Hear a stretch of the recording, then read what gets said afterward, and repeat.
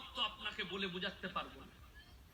গোটা পশ্চিম বাংলা জুড়ে কালকে এই আসিফ বাবু বলছিলেন যে 12ই রবিউল আউয়ালের কথা।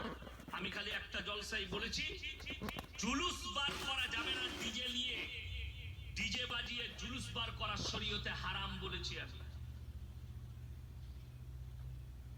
আপনার হাওড়া থেকে, হুগলি থেকে, ফুরফুরা থেকে অগাধ গালি এসেছে, ফোন করে মা বোন তুলে গালি দিচ্ছে।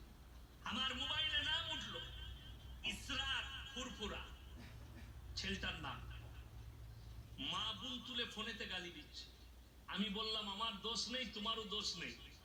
তোমার হাল যদি এরকম হয়, তোমার পীরের হাল কত খারাপ হতে পারে, এটাই আমি বলেছি।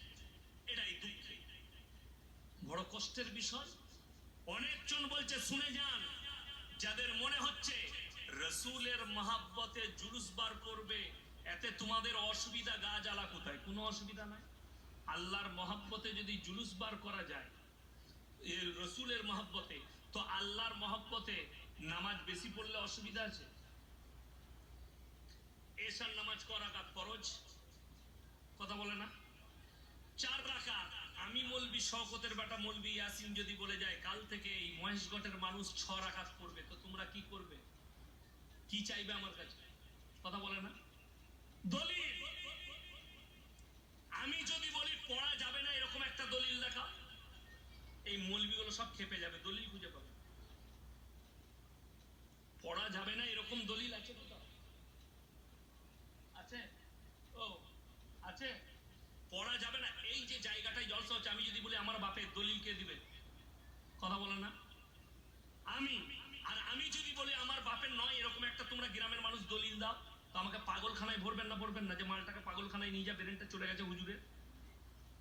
কষ্টের বিষয়। তুমি বলছো 12ই রবিউল আউয়াল রসুলের মহাব্বতে করছি। আরে হারামখোর, রসুলের মহাব্বতে তুমি যদি জুলুস বার করো, যেটা সাহাবীরা করেনি, তাবিনরা করেনি, তাবিনরা করেনি, 4 জন ইমাম করেনি, তুমি যদি মহাব্বতে জুলুস বার করতে পারো, তো আল্লাহর মহাব্বতে 6 রাকাত নামাজ কেন পড়বি না? কথাটা বুঝতে পেরেছেন না পারেননি? আল্লাহর মহাব্বতে 2 রাকাত বেশি পড়বো, তখন বলছে হাদিসে কোরআনে নাই। হারামখোর, তুমি গালি দাও, হারাম কাজ করো। আমার বর্তমান টাউনে হিন্দি গান চাপিয়ে ড্যান্স করেছে, হাওড়া ইউটিউবার ফেসবুক খুলেন, বাগনানে মুসলিমদের যুবকরা 12ই রবিউল আউয়ালের নাম করে ড্যান্স করেছে হিন্দি গান চাপিয়ে। সেখানে ফুরফুরার একজন হুজুরও মওজুদ ছিল। আমি নাম করব না, তিনি কে নাম করব না। কেন? হ্যাঁ সত্যি তিনি প্রতিবাদ করেছেন যে আমি যদি জানতাম তোমরা এরকম কাজ করবে, আমি এখানে আসতাম না। এটা তিনি বলেছেন, প্রতিবাদ করেছেন। আমি কেন মানা করছি শুনেলেন? আমাদের উলামারা কেন মানা করছে? আমরা পৃথিবীর ভবিষ্যৎ থেকে মানা করছি। কেন? আগামীতে আমরা থাকবো না, আমাদের পরের জেনারেশন আসবে। তারা যে মডেলিং এর যুগ পাচ্ছে, আগামীতে ছেলে মেয়ে একসাথে রাস্তায় নাচ করবে, ড্যান্স করবে। তা না হলে মুসলমান মহররমের দিনে রসুলের মহব্বতে মদ পান করে আন্ডার প্যান্ট পরে ড্যান্স করে। কথাটা বুঝতে পারেন? যদি বলেন কলকাতায় নাই, আপনাকে খিদিরপুরে দেখিয়ে দেবো। কথাটা বুঝতে পারেন?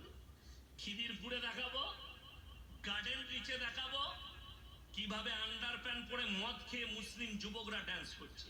আমার বর্তমান টাউনে দেখিয়ে দেবো। এরা নিজেদিকে বলছে হাম আশিকে রসুল হ্যায়। এটা যদি আশিকে রসুল হয়, শয়তান আশিকে শয়তান কে হবে?